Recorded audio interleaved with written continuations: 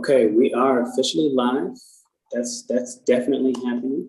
Let me just try to see if I can switch this back and take myself out of this group here.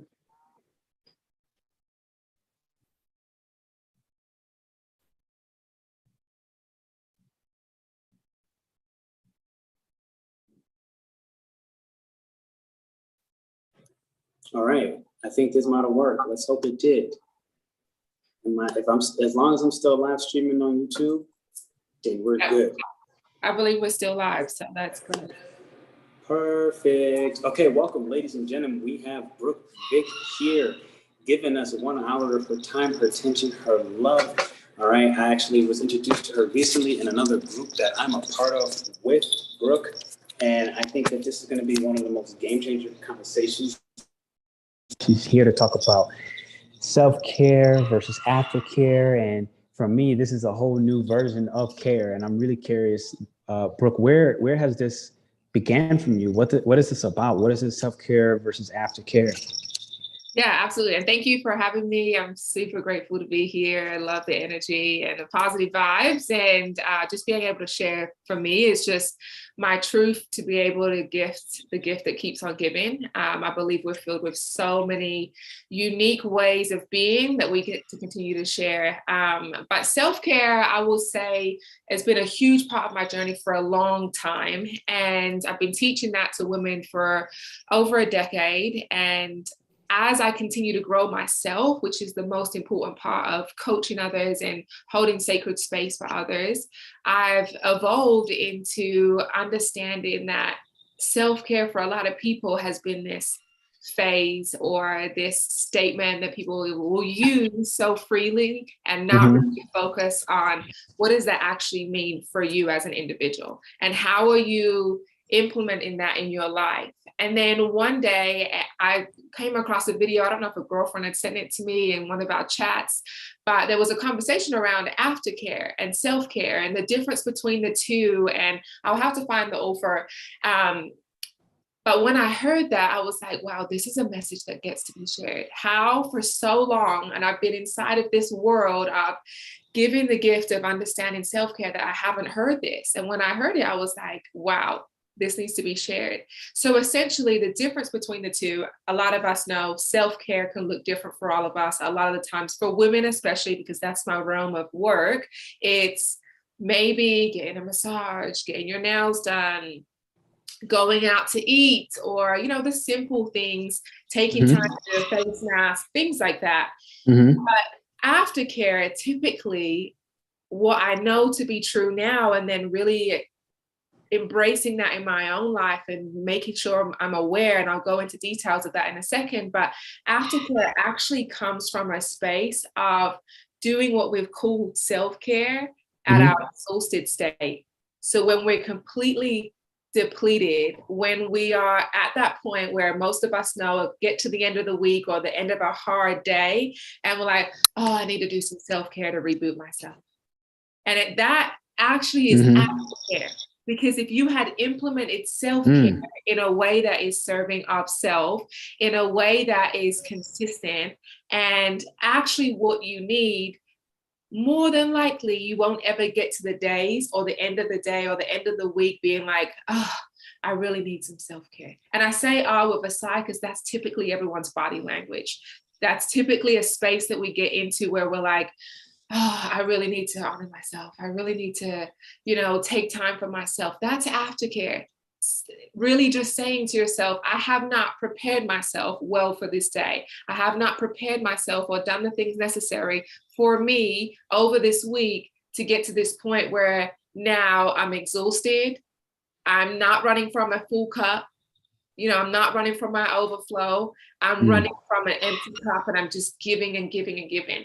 So that's essentially the difference, self-care versus aftercare. Are you operating from aftercare most of the time, where you're like, okay, I'm doing all these things so that I feel better, versus I'm doing all these self-love, self-care rituals because I know how much I honor myself. I know how good it makes me feel. And when I feel this good, my overflow doesn't leave me in a space where I need to retract and retreat.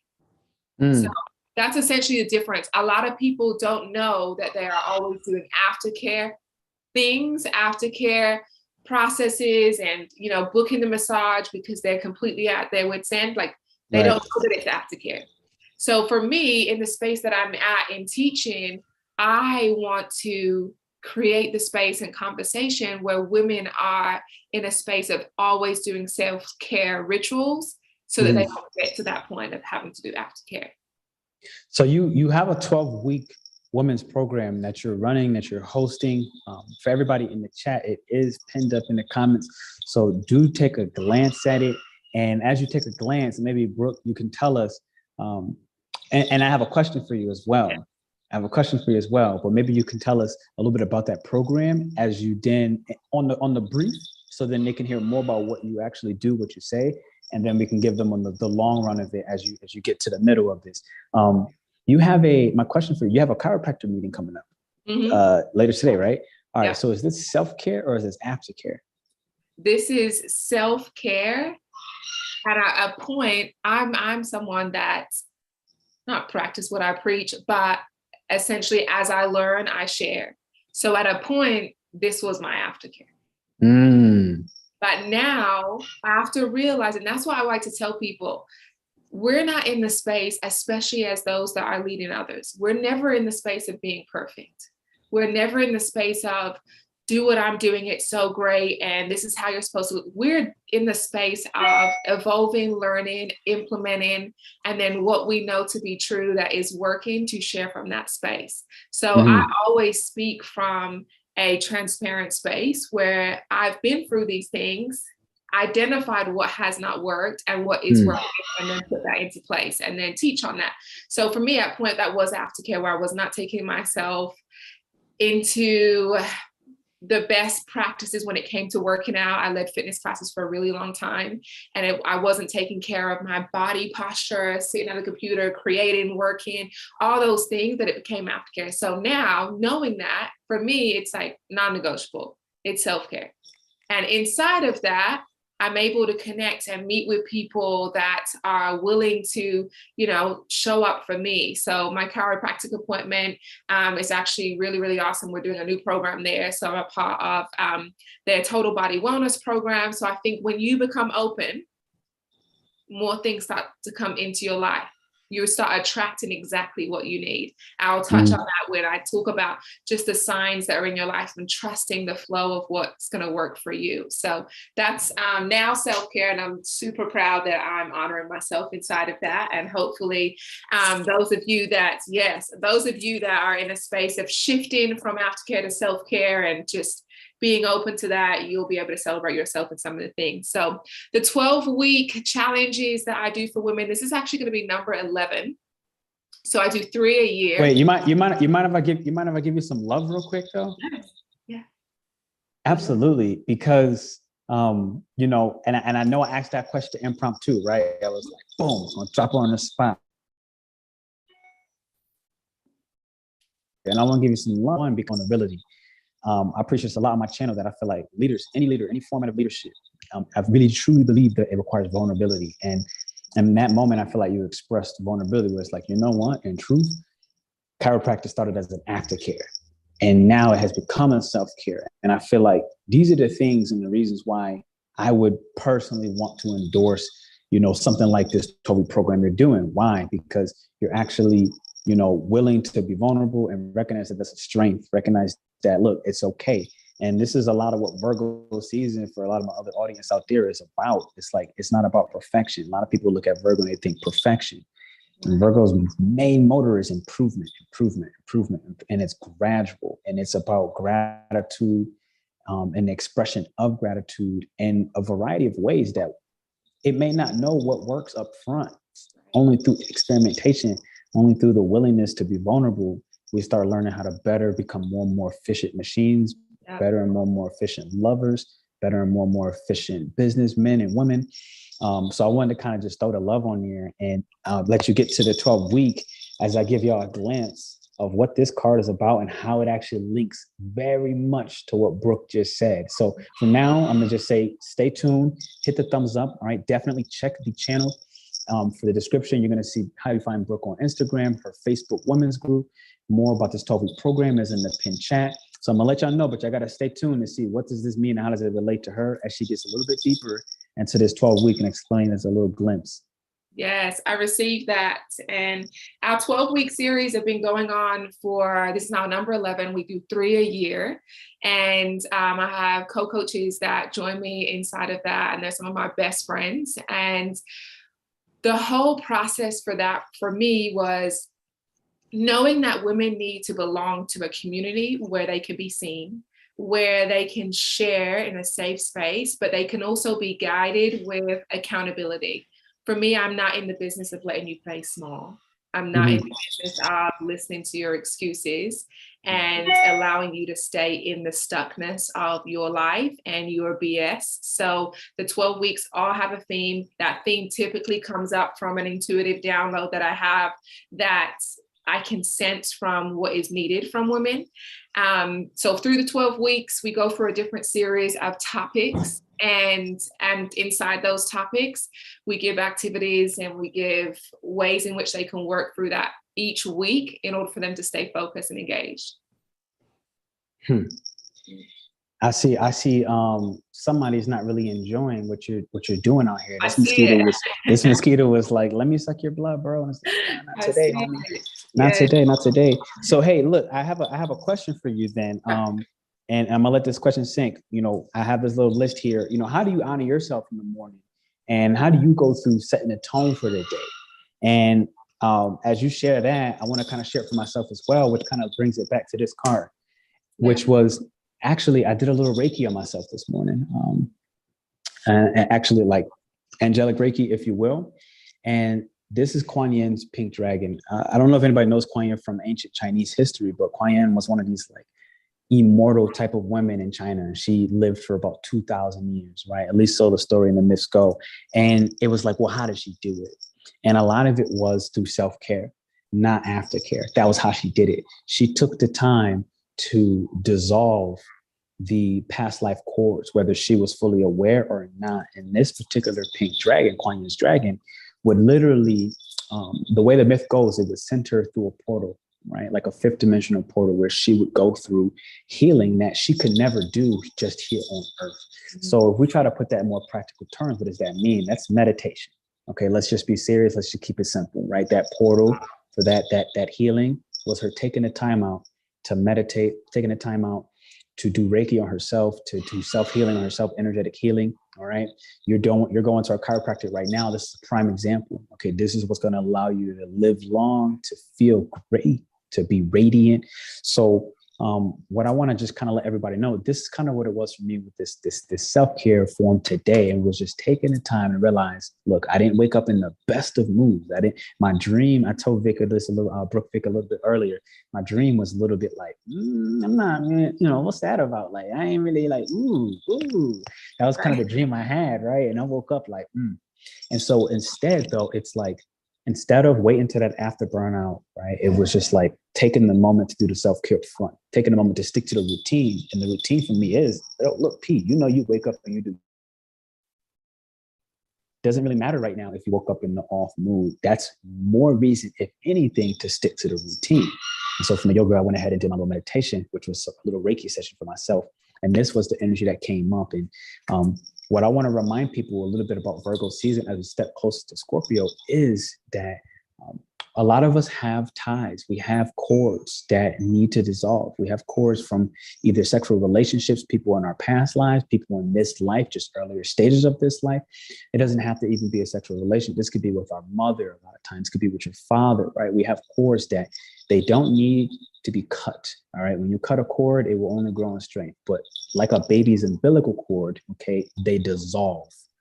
They just dissolve, okay? The cord stays and it dissolves. So I wanted to kind of remind you that this is what this card is saying. Like whether you know what cords you're attached to or not, family, love, work, okay, doesn't necessarily matter. You can kind of just envision that pink dragon when you're do your next meditation and ask it like, hey, look, can you help me to dissolve these cords, whether I see them or not?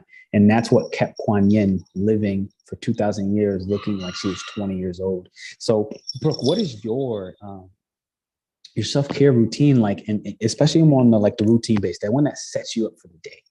Yes, absolutely. And this for me is like, I believe we should all have our non-negotiables, which don't have to carry any energy of like, it's this, or, you know, like you cannot be in my space until I've done this. It can just be a vibrant energy because you know how good it makes you feel. So for me, when I wake up, I typically allow my body to wake up on its own. But if I need an alarm clock for a certain time, then I'll do that. And that just comes with practice. You know, for some people, like, you know, I snooze 5 times before I wake up. It will come with practice when you make a conscious decision that you're excited to wake up in the morning. So I like waking up inside of that energy where it's not a force.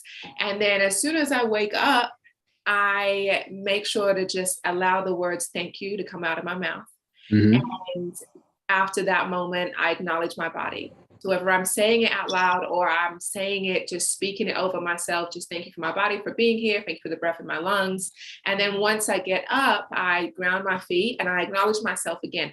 The reason why I do this, why this is a practice for me that I don't have to share with everyone all the time, but inside of my women's groups, inside of 12-week challenges, this is what I'm trying to get them to understand. When you make that connection with yourself first in the morning, you allow you to be in charge of your day. You allow you to stand firm in knowing that you are present to this current moment in this day. If you don't do that, most of the time you'll wake up, you'll grab your cell phone, you'll get downloads of other information. And now before you know it, before you've even got out of your bed to walk into the bathroom, you're consumed with so much energy. So that is my number one focus. And then after that, bathroom routine, affirmations. I've been doing affirmations for the last 10 years and probably a little bit longer than that. I just didn't know that they were called affirmations at that time. And then from there, it's a tall glass of, you know, room temperature water. And then I usually do either a hot drink. I'm British, for those of you with my accent. So I usually do a hot drink. I do a hot drink to start my day. And then it goes into movement. So that's the way I honor myself. For me, those practices, if I don't do any of those, or if I skip one, I instantly know. And that's where you could start to pay attention to, okay, how am I setting myself up every single day? How am I honoring myself? When you don't do the things that you know have been feeling good, if maybe you start to practice them over the next 7 days, make a list of 3 to 5 things you want to do in the morning. And then if you start to practice them, when you don't do them, you'll instantly know, okay, so typically, if you're not activated inside of this realm yet of self-care, of honoring yourself, of making yourself a priority, you're just going to chop it up to, I'm having a bad day. But really what has happened is that you did not take time to honor yourself. And when you do that, you will start to notice, okay, it is important for me to start my day like this before giving myself up to the rest of the world, or kids in your house, or your partner, or, you know, your work, whatever it is. You get to honor yourself in order for you to have the best opportunity to serve in your day, yourself and others, but also for those that are around you to feel the energy that you're present, you're willing, you're open, versus waking up flustered and frustrated. Right. No, I think it's critical. I do see in the chat people saying, you know, Jamie, shout out to you. Murphy Show, shout out to you, that the movements of gratitude walks are an absolute must. And Brooke spoke about non-negotiables. Yeah. You know, Brooke spoke about that. And I feel like it's critical to understand, what is your non-negotiable, what is the area of your life? What part about your morning? And I want everybody to type this in the chat that's watching and looking right now. What part of your morning will you just not negotiate, right? Like, you're like, look, this is a part of my morning. This must happen. Could I touch on that? I will say, please. Because a lot of the times when you are just starting this journey, it's going to feel really selfish to set yourself up like that. A lot of what I've experienced inside of conversations with clients, it's like, well, I have so many things to do in the morning. I have so many other people to take care of, right? And this happens not just in women, this happens for most humans, where they will put themselves at the bottom of the list, and they will put, and you think that you are serving them at the highest level, and you're not. You're only giving them 40, 50% of what you actually could be giving them. So it's not selfish, right? I believe there was an Oprah show and it's called Self-Full. When you are able to honor yourself and set yourself up and have those non-negotiables, then you give others the best. And for me, it even comes down to, if someone is calling my phone before the time that I have set for myself as a non-negotiable, I'm not answering it. Right. Unless it's like a life or death situation, it honestly can wait, because it is crucial. And this is how I'm wired, and this is how I teach others. It is crucial to set that boundary for yourself. If you don't have that boundary, then you're open to anything and everyone. And when you set that boundary, and if you become self-full in that, others will then respect it. Most of the time, no one is calling my phone before 8:30 in the morning. Ever. Because they just know she's probably not going to answer. She's probably not. I agree. I agree. It starts there, you know. The same, a lot of people, I see in the chat, first off, it says, it's like getting in your car without your keys and expecting to drive. And I really like that example. So shout out to you. Shout out to you. This was critical for me when I was living in Asia. And then, mind you, when I first moved to Asia, it's like, well, the majority of people who have my number or contacted me was still in the US, right? So it's like, that's messages at 1 a.m. You know what I mean? That's messages at God knows what hours. And it's only 1 p.m. their time. Right. And so I had to learn a lot of what you just said. I really had to learn why it was so important to block my time off, to block myself off, and recognize that it has nothing to do with the next person. And it's like, look, I can't serve you in any capacity from that empty cup, like we all know. So I appreciate you on that. Absolutely. And you're not going to be perfect inside of that. I think that there's days where I have not honored that. Maybe I did see a notification on my phone, and then I opened it, and then it spiraled into continuing to look at more emails or continuing to open more notifications. It's when you see it and you feel it and you're like, okay, hold on a second. That's not what my mornings typically look like or what I do to honor myself. And then it's just getting back as fast as you possibly can. So like I said, the perfectionism is not something that we live by. It's just being able to be so aware when you're a little bit off or out of alignment that you get back as fast as you can. So what are the signs? Because that's one of the questions that I had on here. What are the signs and how we know if we're off? How do we know, when we fell in too far wayside, if you will? Yeah, I will speak from my perspective, and I always invite others to, because everyone's made up so differently, to kind of just start to witness that. So for me, I'll use the example of the morning. If I didn't set myself up powerfully, and I didn't do maybe the 5 or 6 things that I usually do before leaving the house, I'll get to the gym, I'll feel a little bit more tired. My movement will get cut short because I have spent too much time over here. Or I'll get through the middle of my day and I'm like, why do I have a headache? A lot of the times our body is showing us signs. We're getting these signs, we're getting these downloads of like, hey, you're not taking care of you very well. If you're yawning excessively, if you have headaches, if you feel like, okay, my energy is a little bit frustrated, or someone says something and you know that your response isn't the most, powerful, positive, response that you would typically give. Those are signs where you haven't taken care of you.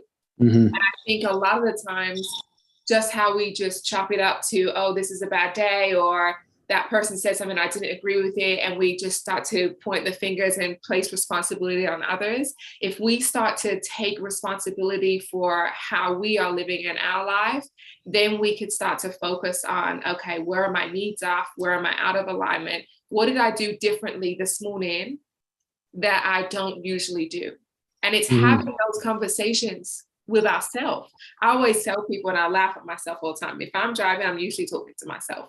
If when I'm teaching the women in our group, you get to have conversations with yourself. It should be normal to have those conversations with yourself as often as you need in order for, in order for you to stay in tune with yourself.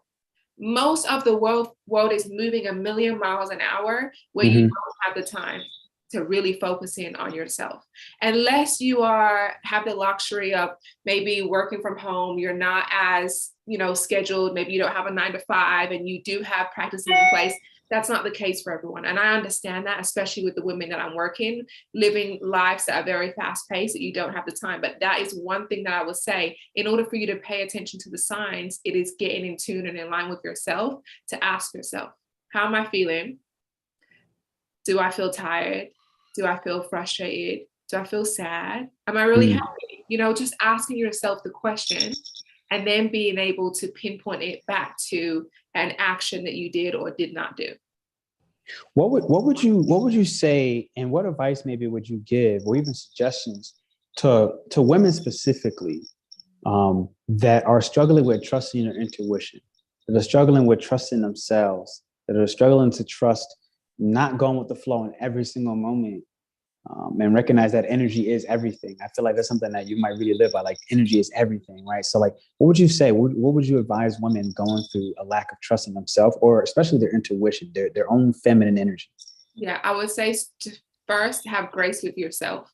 Because a lot of times when that conversation comes up where maybe you're in a space of wanting to learn to trust your intuition, you get into a space of guilt that you haven't done that for so long. So you think about all the times where you didn't, you know, trust your intuition, or you know, were led astray by someone else. So I would say definitely have grace with yourself. And I would also say have fun with it. Because this is a time where you get to really listen to yourself and then respond with that. And a practice that I teach all the time of listening to your intuition is similar to what they honestly teach us in school. Like, go with your first response, right? You know, when they say on the test, like, go with your first answer, that's typically the answer that's going to be correct. Right. So you start to overthink it, and then you exhaust yourself, and now you're confused so much, and there's so many thoughts going in your head. So as soon as you hear something, whether that's in your mind or your body speaking to you, go with it. And the grace part then comes in. If it's not, it doesn't work out the way that you wanted to, or it actually doesn't align, guess what? It's okay. But in that moment, you were supposed to do whatever the first thought was. And I think having the grace to be imperfect, to learn from the lesson and grow from there is what we need in order for us to understand that our intuition is there to support us, not harm us. So if we make a response that typically would not be what we usually do, and then it feels like failure, or it feels like it was hard, there was probably a lesson in it. So I would say have grace, have fun, respond to the first inkling that you're getting, whether that's, you know, like I said, body, or if that is in your mind, and respond as fast as you possibly can inside of that before you cancel it out. Excellent. I had to look up real quick, grace, because I was like, you know what, like this grace word is some kind of a line. I've been, even every day, I actually like announce out loud to myself, like in some shape or form, it's like, you know, thank you for this grace, right? Like, you know, thank you for embracing ease. And it's one of my friend's statements, embracing ease. So I had to like look it up and just see how can it potentially apply from me. And I think this might be beneficial. It says the second definition behind it is courteous goodwill. It says courteous goodwill. And to take that one more step, it literally is like giving yourself the courtesy that you would give others is what I'm getting right now. You know what I'm saying? Like it's so easy to give somebody else the courtesy, somebody else the lead way, to potentially walk over your boundary, right? But having grace with yourself, when I see it and I look at the definition, one of the examples says is, at least he has the grace to admit his debt to her. And it's like, wow, when the sentence really brought it all together, right? It's like, look, he knows he's in debt. As in this example, he understands he's in debt with the woman, right? But he has the grace to admit that. He has the courtesy where it's like he's not denying it. He's not pretending it doesn't exist. You know, he's not just pushing it away or shoving it under the rug. And that's a little bit about grace, Rick. I think when I say it like this, like, look, things could be tough right now, right? Learning how to trust your intuition can be tough right now for the women in your group or outside of your group, right? But having the grace and recognizing that it's okay, that it's tough, and you can still move and give yourself the courtesy along with it, the goodwill with it. I just wanted to kind of like really highlight that for people listening.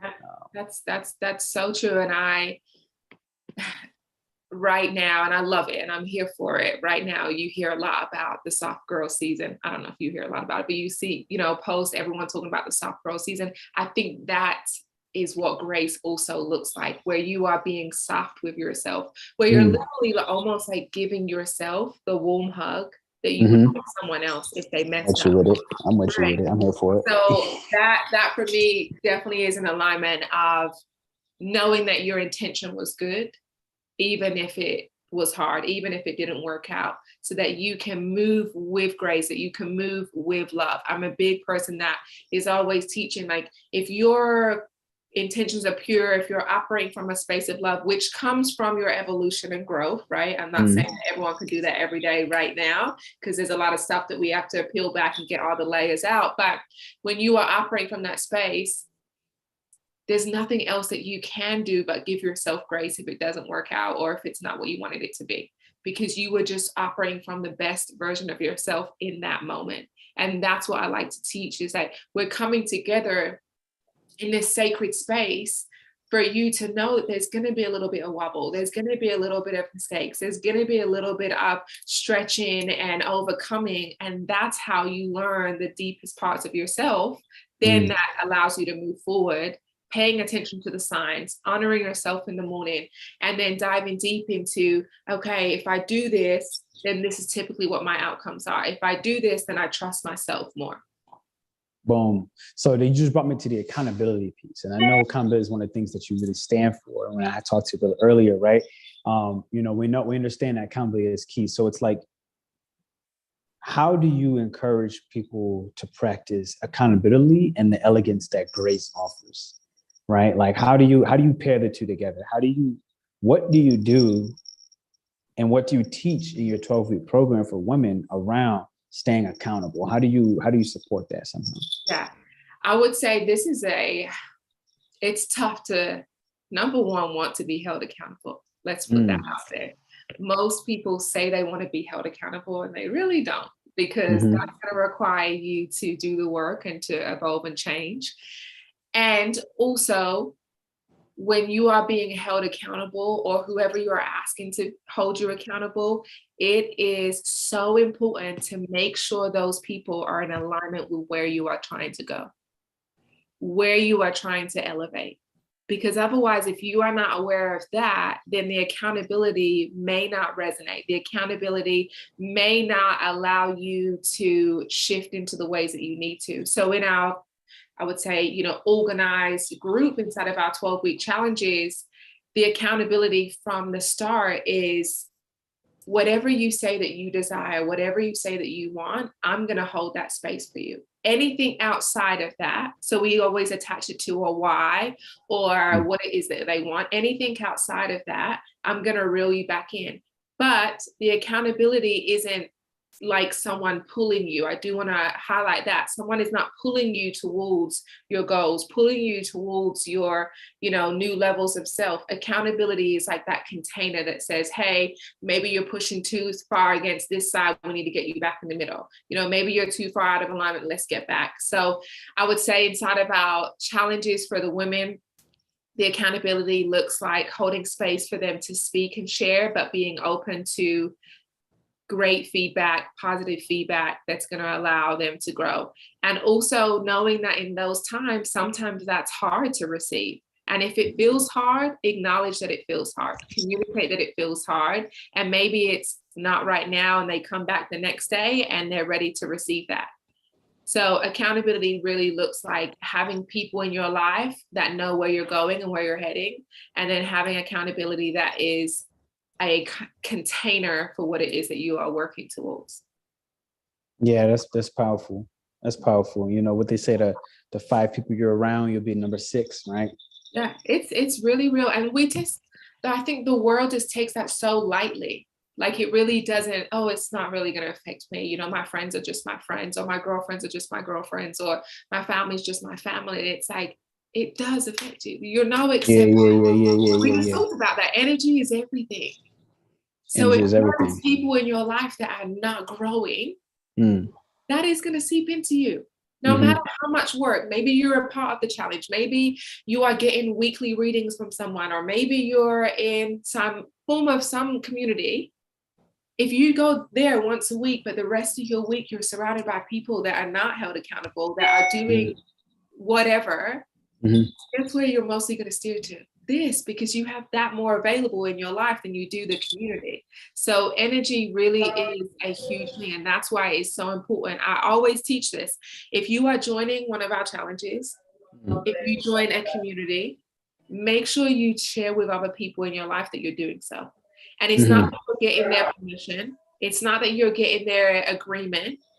You are telling them to give them notice to say, hey, this is what I'm doing, and this is what I'm moving forward into. This is my new standard of living. These are the type of people that I need in my life in order for me to grow and excel. And I'm just giving you notice so that you don't end up saying, well, why can't you come to this? Or why are you speaking differently? Or why is this now your conversation? I already shared with you, this is what I'm doing. So if you don't have anything positive, if you don't feel like this is in alignment, that's fine. We just don't have to talk about it. But this is where I'm going. And we always invite our sisters in our challenge to share that with their family of like, hey, I'm on a call every single Sunday.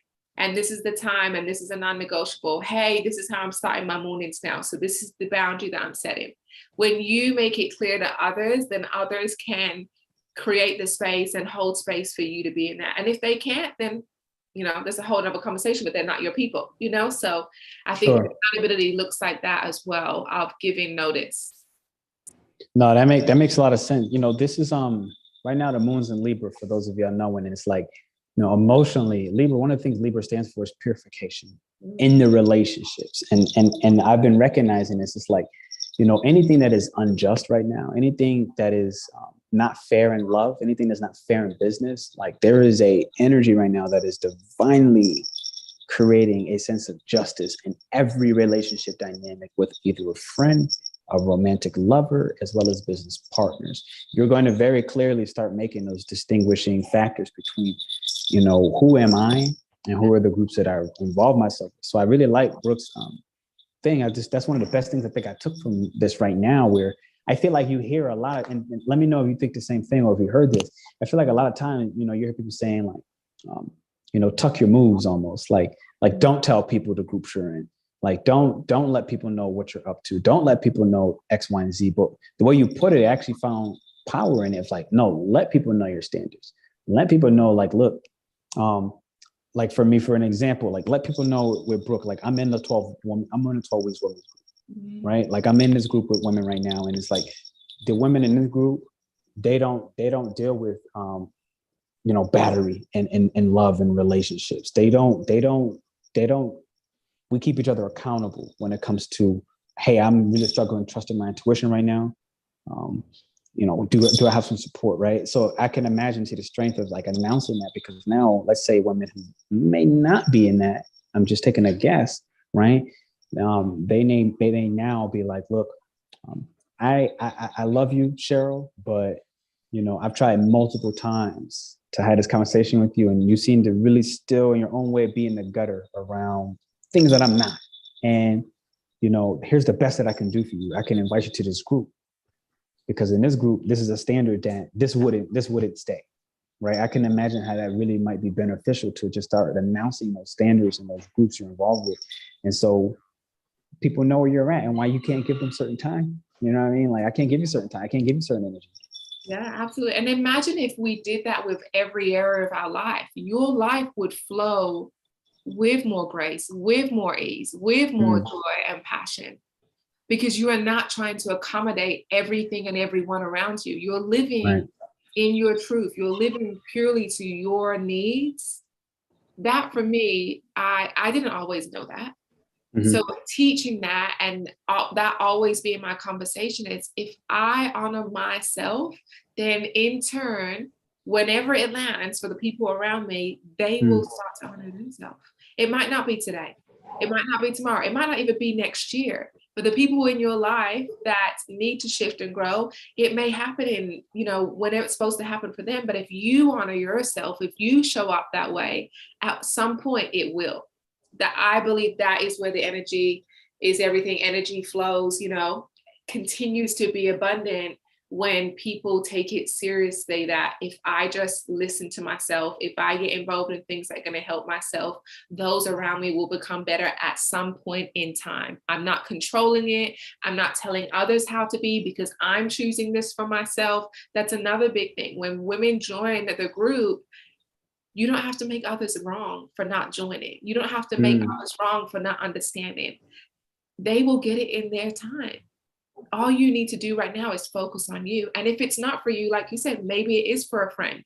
And that gift is powerful, right? Maybe you don't have the tools and wisdom to give a sister the advice that they need or hold them accountability. So share that with them. Invite them to something that will be able to be a space for them to grow and elevate. And I think if a lot of times we can get into that space of acknowledging, I don't have the capacity to do that for you right now, but this is what will be beneficial for you.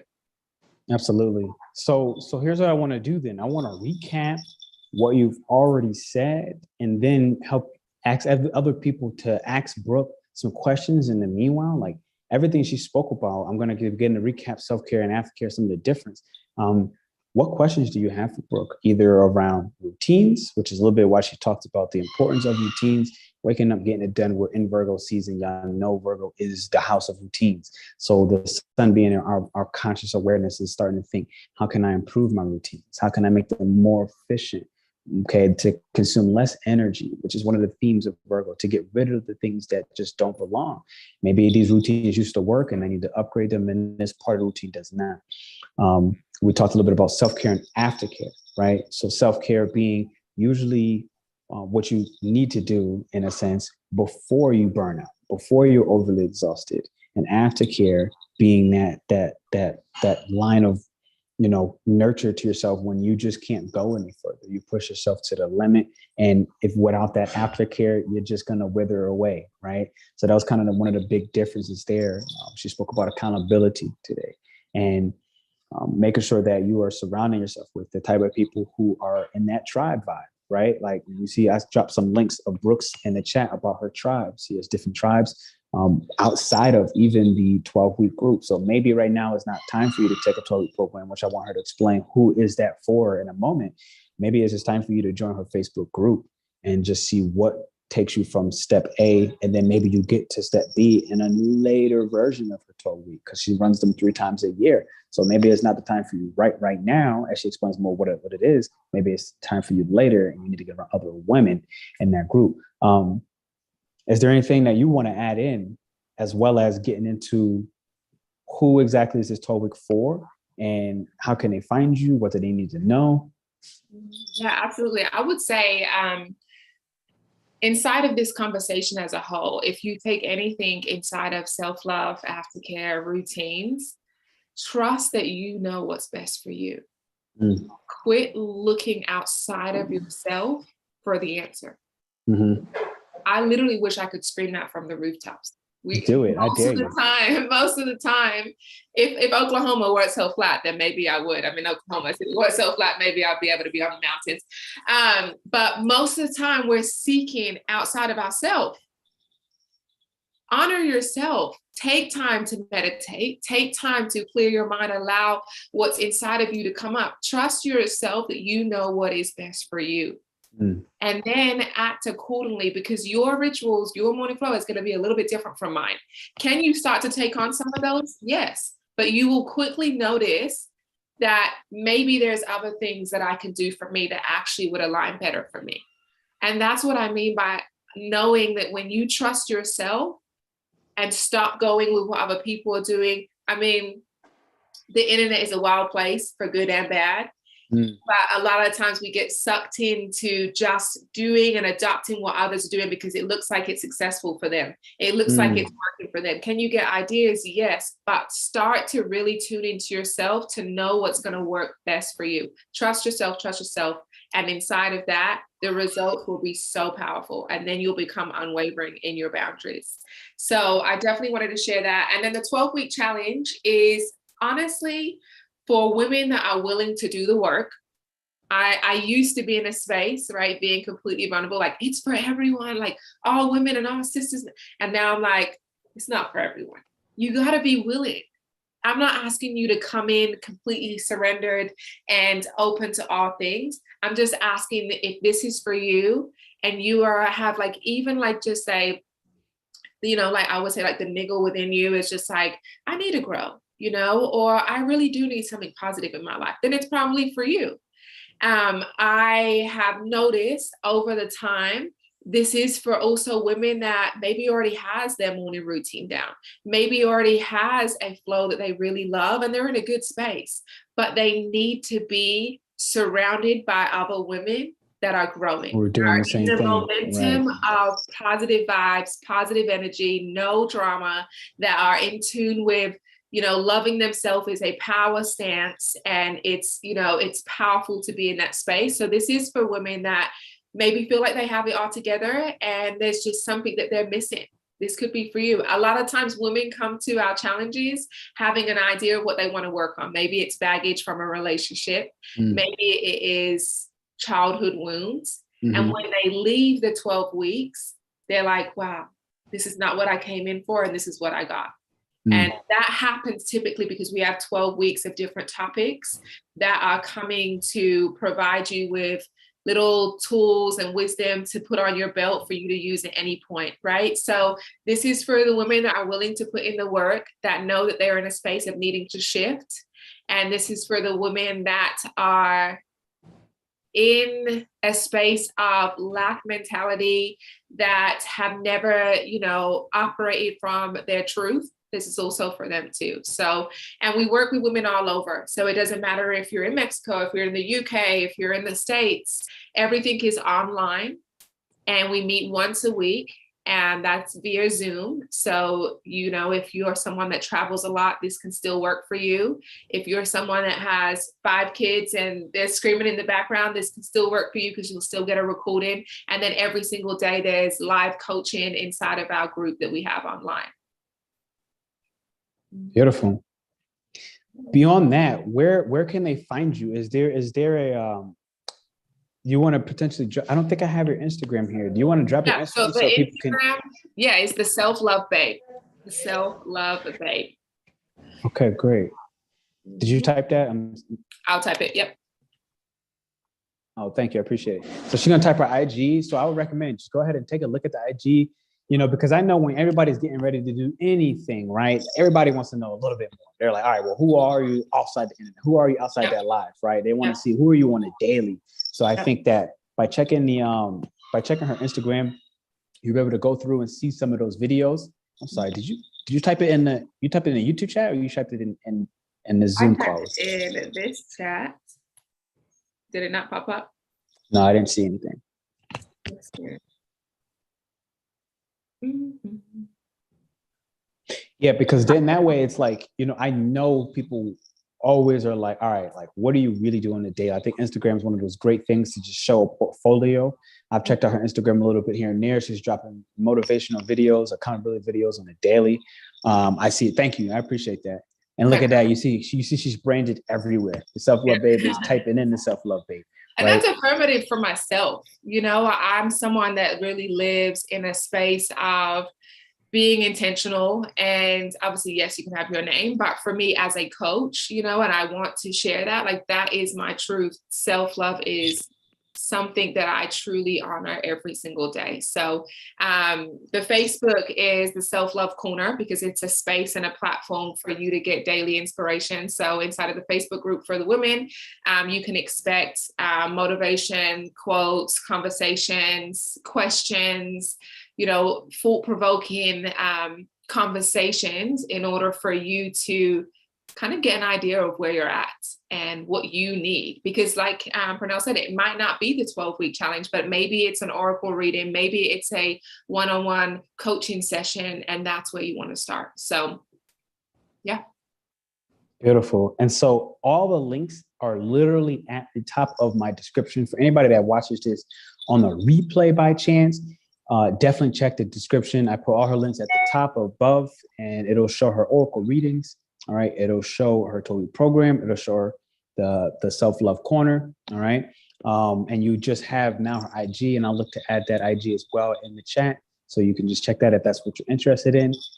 for now, I'll say, don't forget this energy. I'm sorry. For now, I'll say that we are, sorry, I was just going to say, I am offering a special discount offering. So if anyone is interested in that, I believe that in the times that we're in, sometimes we need help. So just ask, reach out so we can work something out in order, if that's something that you really want to do, especially with a 12-week challenge, that we'll be willing to give you a discount savings offering inside of that. So I just wanted to share that. For sure, for sure. And that's one of the beautiful things about being a part of communities, because I've seen that go out in the newsletter and one of the same groups that I'm in with Brooke. And so I did see that. I did see that discount offer. So thank you for extending that to my community here. And full circle, Brooke, is there any last message that you want to say before we get you to your chiropractor? I'm just grateful. I'm grateful for this space. And I will say that your energy is holding so much power and allowing people to be in their truth, that for whatever it is that anyone came here today for, it's available. And when you extend your surrendering posture and you are open to it, you'll receive exactly what you want. So I just want to say thank you for allowing me to be in this space, and for your community for being open to this conversation, and hope that you really start to honor your self-care and start to get away from the aftercare and just be in your powerful place every single day. Oh yeah, no, we look to live the self-care, and it comes a lot from the same place, right? Where, you know, I did a lot more aftercare probably in this lifetime than anything else, right? So that's how we got there. That's how I got there myself. So no, I thank you. I want to say I appreciate you, and you have my WhatsApp. Reach out anytime for whatever it is. And I'll do the same if somebody reaches out to me personally, which sometimes that happens when I have guests, or reach back to me and I ask more questions, and I can then refer them over to you. So thank you all. Hit that thumbs up. I do appreciate you, and I will see you all soon. Awesome.